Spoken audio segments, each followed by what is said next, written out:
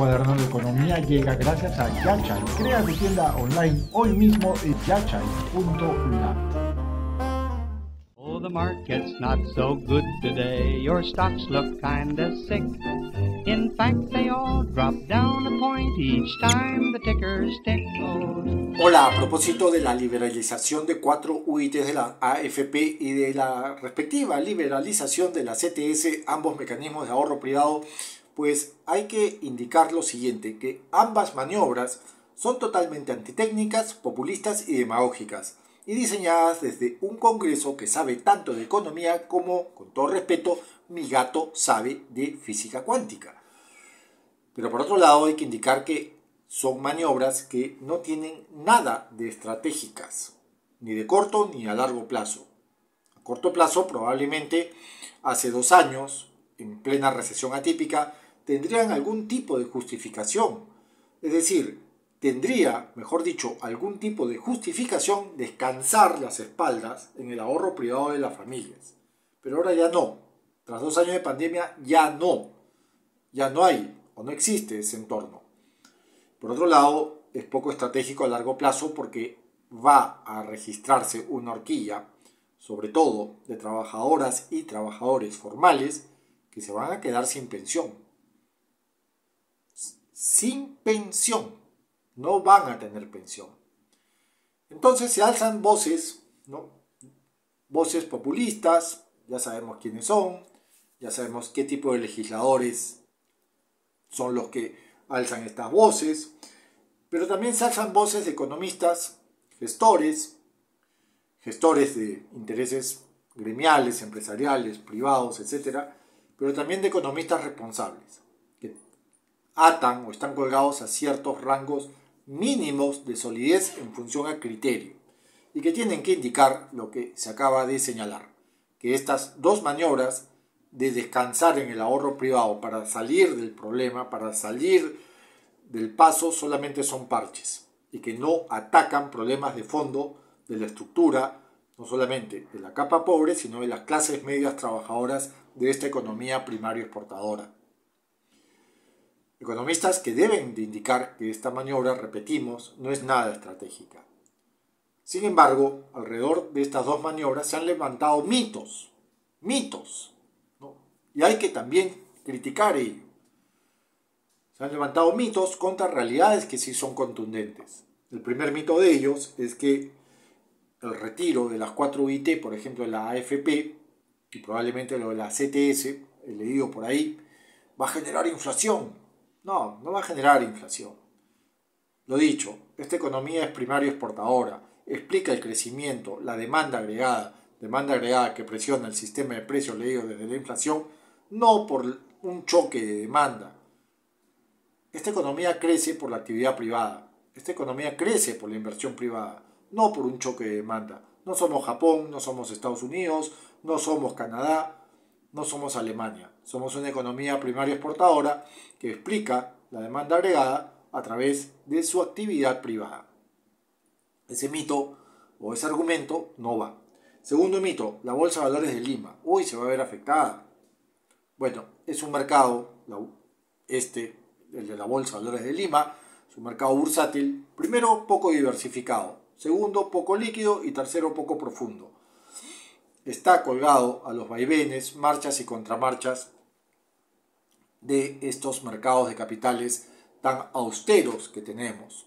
Por lo tanto, los vaivenes, las idas y venidas y las volatilidades son las de siempre y van a ser las de siempre. Y a largo plazo, en función a un riesgo determinado, las rentabilidades potenciales también van a ser las de siempre. O sea que ese tampoco es un argumento. Tercer mito, la rentabilidad no se va a recuperar, preguntaba un periodista, me parece, del Decano la vez pasada. Eso también es un mito.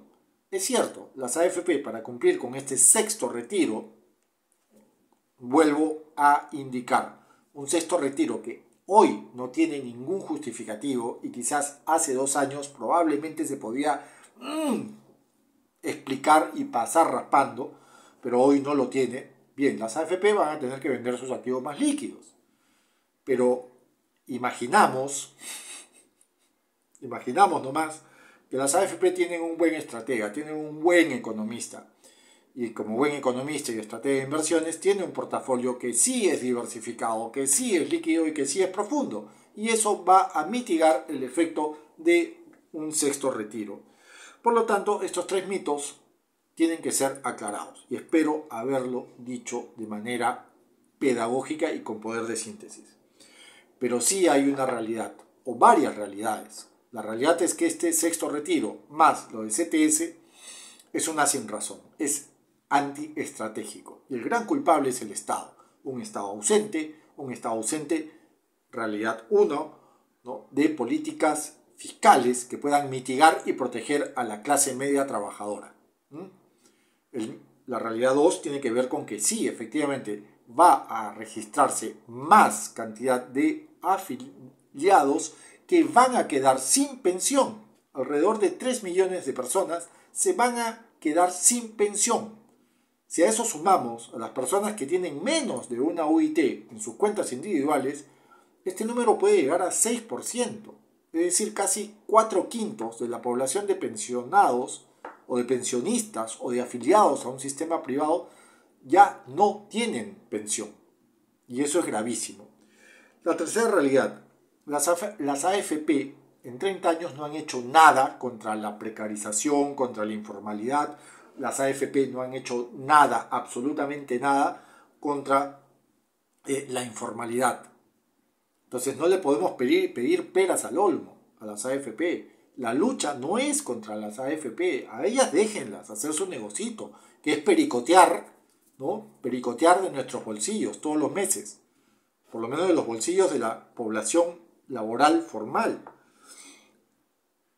La lucha en verdad es por una reforma verdadera del sistema privado y del sistema nacional de pensiones, como conversaba hace 2 días con Carmen Omonte, expresidenta de la Comisión de Reforma del Sistema de Pensiones. Una quinta realidad que hay que indicarla es que, ya lo dije hace un ratito, es que desde las autoridades económicas y también autoridades monetarias, pero sobre todo las económicas, nunca tuvieron o registraron una vocación de utilizar la potencia fiscal para mitigar el efecto de los retiros de las AFP. Nunca diseñaron un producto, no lo sé, estoy inventando, pensión, retoma tu pensión, ¿no? O pensión, regresa a ser pensionista. Nunca. Y hay dinero para hacerlo. Hay caja fiscal para hacer o provocar que esos 3 millones, que pueden llegar a ser 6 millones, vuelvan a tener un fondo mínimo pensionario a futuro. Pero el gobierno no ha hecho nada, el Ejecutivo no ha hecho absolutamente nada. Y no solamente este gobierno, ojo, desde hace 2 años todo ha sido descansar en el ahorro privado de las familias. En la AFP, en la CTS y otras horquillas o rangos. Nunca hubo voluntad o vocación política o técnica para mitigar el impacto de la falta de liquidez entre las capas pobres y la clase media trabajadora.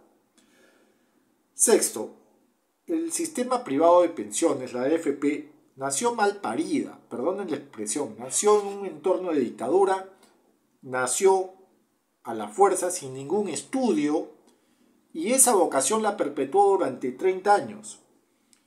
Pero, sin embargo, hay que decir que este modelo neoliberal mega hipercapitalista no es tan responsable desde su posición mercantilista como sí es responsable un Estado ausente. Un Estado que no ha hecho nada en las últimas 3 décadas para mejorar la situación de miles de peruanas y de peruanos que necesitan una pensión futura. Un Estado que no ha hecho absolutamente nada para combatir esta precariedad laboral y esta informalidad. Espero sirva. Muchas gracias. Vaya, vaya, ¿qué tal entrevista tenemos hoy? Hoy nos visita el dueño de la aplicación web más hot de Latinoamérica, Apasionante.p.